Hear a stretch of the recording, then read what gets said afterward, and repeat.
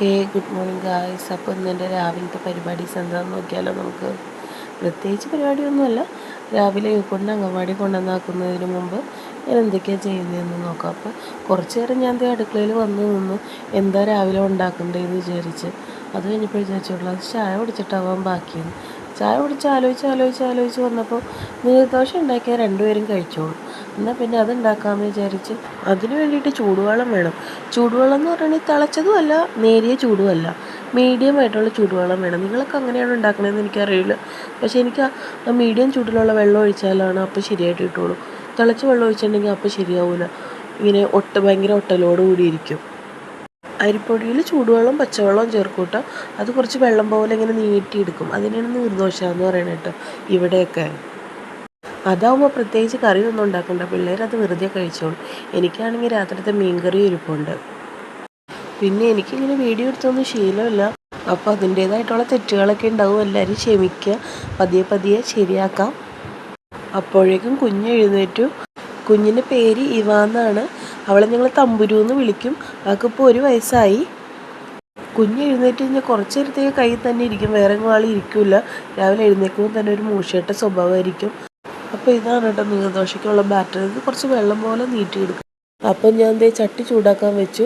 നെയ്യിലാട്ടോ ദോശ ഉണ്ടാക്കുന്നത്. കുട്ടികൾക്കായതുകൊണ്ടാണ് ദോശയൊക്കെ നെയ്യിലാണ് ഉണ്ടാക്കാറ്, ഇല്ലെങ്കിൽ ഇടയ്ക്ക് ബട്ടർ യൂസ് ചെയ്യും. ഇപ്പം ഞാൻ നെയ്യിലാണ് ഉണ്ടാക്കുന്നത്. യുവക്കുട്ടിന് പൊതുവെ ഈ ദോശ പോലെ ഇരിക്കുന്ന സാധനങ്ങൾ ഭയങ്കര ഇഷ്ടമാണ്. പ്രത്യേകിച്ച് ഗോതമ്പ് ദോശ, ഉഴുന്നരച്ച ദോശ, ഇതൊക്കെ നല്ല മൊരിയിച്ച് നെയ്യിൽ ആക്കി കൊടുത്തു കഴിഞ്ഞാൽ 2 എണ്ണമൊക്കെ കഴിക്കും. ഈ മക്കൾ വയറ് നിറച്ച് ഭക്ഷണം കഴിക്കുന്നതുകൊണ്ട് അമ്മമാർക്ക് ഇതിൽ പരം സന്തോഷവും സംതൃപ്തിയും ഉണ്ടാവില്ല കേട്ടോ. അപ്പോൾ ഞാൻ അവനുള്ള ദോശയാണ് ആക്കിക്കൊണ്ടിരിക്കണം. അത് ഞാൻ ആദ്യം ഒഴിച്ചപ്പോഴേ നല്ല ഒരു ലൗചിനം പോലെ വന്നതായിരുന്നു. പക്ഷേ ഞാൻ രണ്ടാമത് ഒഴിച്ച് ഞാൻ അതിനെ നശിപ്പിച്ചു. പിന്നെ ഉണ്ടല്ലോ, നാളെ യുവക്കുട്ടൻ്റെ അംഗൻവാടിയിലെ 2ാമത്തെ പ്രവേശനോത്സവമാണ്. വർഷത്തിൽ 2 പ്രവേശനോത്സവം ഉണ്ടാവുമെന്നാണ് പറഞ്ഞ്.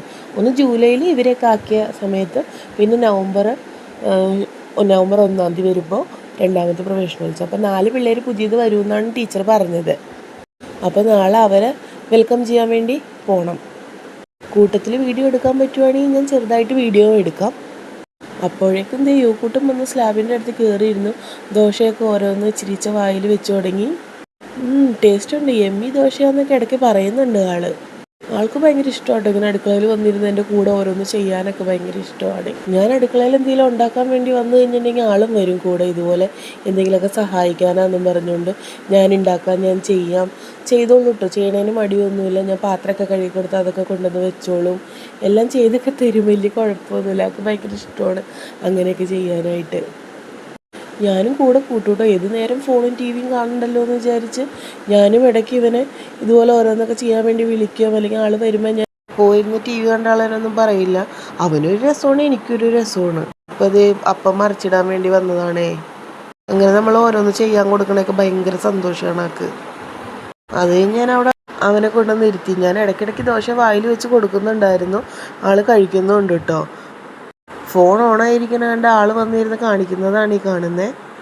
അത് കഴിഞ്ഞ് നൈസായിട്ട് ഞാൻ ആളെ ടി വി കാണാൻ കൊണ്ടുവന്നിരുത്തി. അതാകുമ്പോൾ തന്നെ ആൾ പറക്കി തിന്നോളും. അവന് ദോശയും കൊടുത്ത് ടി വി കാണാൻ കൊണ്ടുവന്നിരുത്തിയിട്ട് കുഞ്ഞിന് ദോശ കൊടുക്കാൻ വന്നു. ഇതുണ്ടല്ലോ, ഞാൻ അവൻ്റെ അടുത്ത് വേഗം കഴിക്കുക, അംഗൻവാടി പോകണ്ടേന്ന് ചോദിക്കുമ്പോൾ ആൾ പോകണ്ടെന്ന് പറയുന്ന ഒരു സീസണാണ്. അംഗൻവാടി പോകണ്ട എപ്പോൾ ചോദിച്ചാലും പറയും രാവിലെ അംഗൻവാടി പോകണ്ടെന്ന്. പക്ഷെ കുളിച്ച് റെഡി ആയി കഴിഞ്ഞാൽ പിന്നെ കുഴപ്പമില്ല കേട്ടോ. അത് കഴിഞ്ഞ് ഞാൻ ചായ കുടിക്കാനിരുന്നു. ഇടയ്ക്ക് ഞാൻ അവൾക്കും വെച്ച് കൊടുക്കുന്നുണ്ട്. അവൾക്കും ഇഷ്ടമാണ് ഇതുപോലത്തെ ദോശ, അവളും കഴിച്ചോളൂ. അതാകുമ്പോൾ പ്രത്യേകിച്ച് അവൾക്കും രാവിലെ വേറൊന്നും ഉണ്ടാക്കണ്ടായില്ലെങ്കിൽ, ഒന്നും കഴിച്ചില്ലെങ്കിൽ കുറുക്ക് എന്തെങ്കിലും ഉണ്ടാക്കും, റാഗിയോ കായപ്പൊടിയോ അങ്ങനെ എന്തെങ്കിലും ഉണ്ടാക്കും. ഞങ്ങളുടെ 3 പേരുടെയും ചായ കുടിക്കലൊക്കെ കഴിഞ്ഞ് ഞാൻ അലക്കാൻ വന്നു കേട്ടോ.